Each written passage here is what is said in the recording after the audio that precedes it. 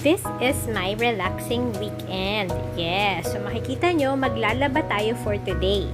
Inaayos ko lang kung ano yung mga magkakasama, which is yung mga puti muna nating damit. So, nilalagay ko siya sa mga bag, especially yung mga medyo sensitive yung mga tela, like yung blazers ninyo or yung mga damit ninyo na may mga buttons.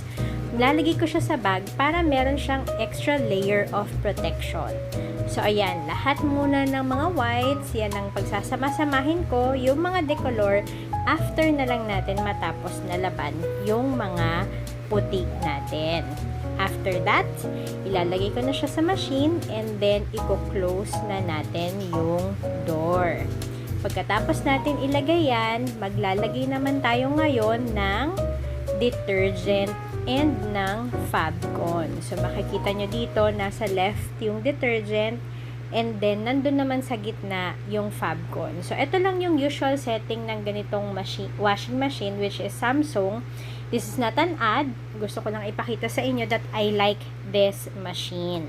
The reason na gusto ko talaga siya is actually this.